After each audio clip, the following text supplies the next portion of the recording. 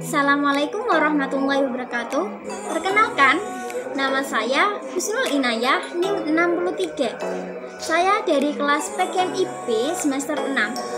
Di sini saya akan melakukan percobaan mengenai siklus air dari kelas 5 semester 2 tema 8. Isi dasar yang akan dicapai adalah membuat karya tentang skema siklus air berdasarkan informasi dari berbagai sumber. Indikator yang akan kita capai adalah membuat skema sederhana mengenai proses dalam siklus air.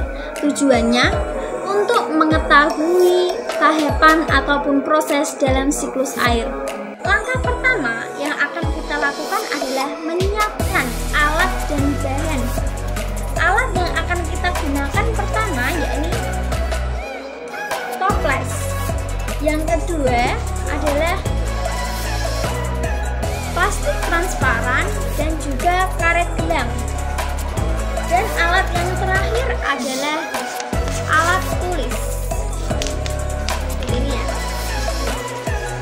Selanjutnya bahan yang kita gunakan adalah air panas dan juga es batu.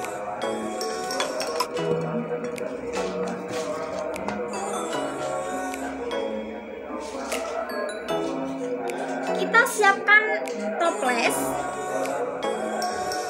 lalu kita isi dengan air panas secukupnya.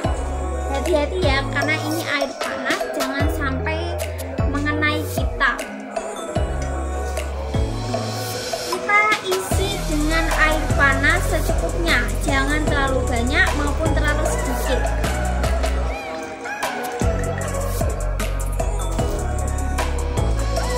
Setelah itu kita tutup menggunakan plastik transparan.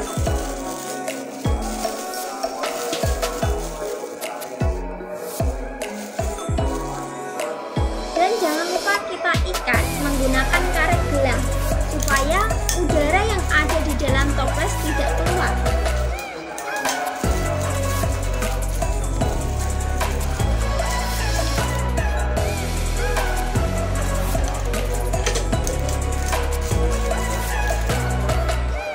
Bisa dilihat.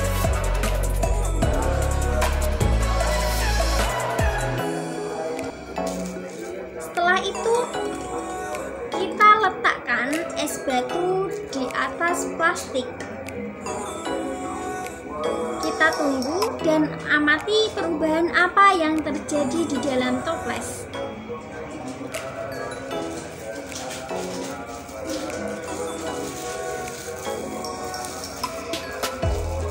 Karena di dalam tabel pengamatan ada volume air, apakah berkurang atau bertambah ataupun tetap, maka kita garis bawahi letak volume dari air. Nah, setelah kita amati nanti apakah ada perubahan atau tidak.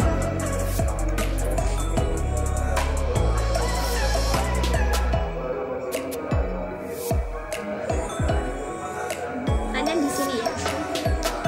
Dalam percobaan siklus air ini, kita umpamakan toples itu sebagai bumi yang menyimpan air dan plastik sebagai lapisan atmosfer.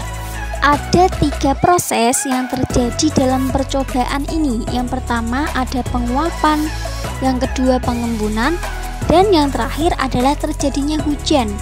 Proses yang pertama adalah penguapan atau bisa disebut juga dengan evaporasi. Apa sih evaporasi itu? Evaporasi adalah penguapan air, yakni proses perubahan wujud dari keadaan cair atau air menjadi gas atau uap air. Evaporasi itu bisa terjadi apabila air itu terjadi peningkatan suhu karena terkena sinar matahari. Jadi dalam percobaan ini kita langsung menggunakan air panas. Lalu uap air yang terdinginkan oleh es batu itu akan membentuk titik-titik air di lapisan plastik. Proses ini disebut pengembunan atau kondensasi. Kondensasi adalah perubahan wujud yang awalnya gas atau uap air menjadi cairan.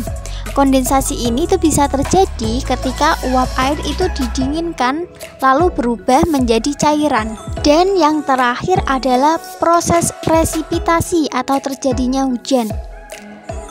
Titik-titik air yang terkumpul akan berubah menjadi butiran. Jika butiran itu sudah tidak dapat menampung air lagi, maka akan jatuh ke bawah seperti adanya hujan. Secara singkatnya seperti ini.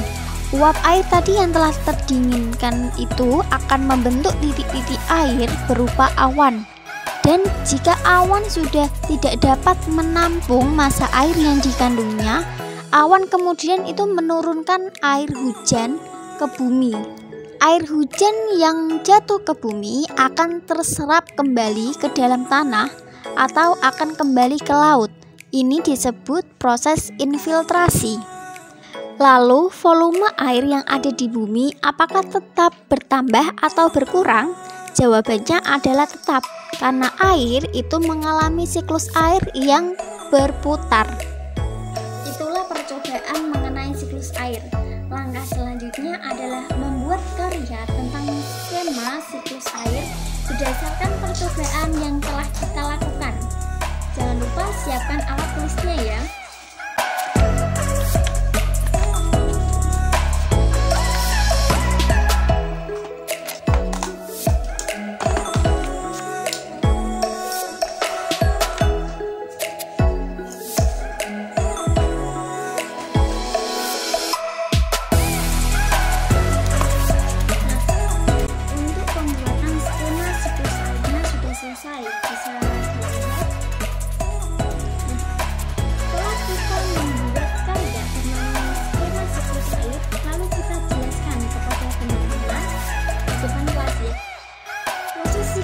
Yang pertama yakni ada evaporasi. Air laut atau air sungai, air danau itu mengalami penguapan karena adanya sinar matahari. Jadi panas matahari itu membuat air itu menguap. Selain dari air laut, terjadi penguapan air oleh tumbuhan, disebut juga transpirasi. Jadi dengan penguapan air ada transpirasi dan juga evaporasi. Setelah itu, proses kedua yakni kondensasi. Kondensasi, uap air yang telah menguap tadi terkumpul di udara dan membentuk sebuah awan.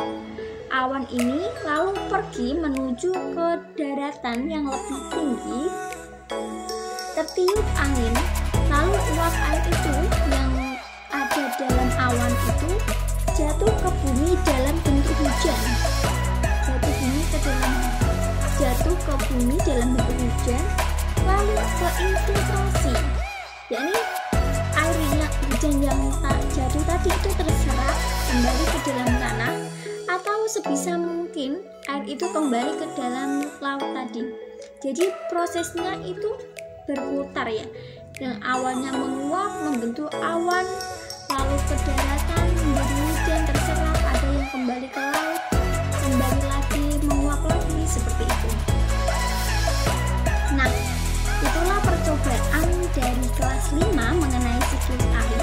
Bisa dipahamikan bagaimana proses atau tahapan dalam siklus air. Terima kasih dari saya. Wassalamualaikum warahmatullahi wabarakatuh.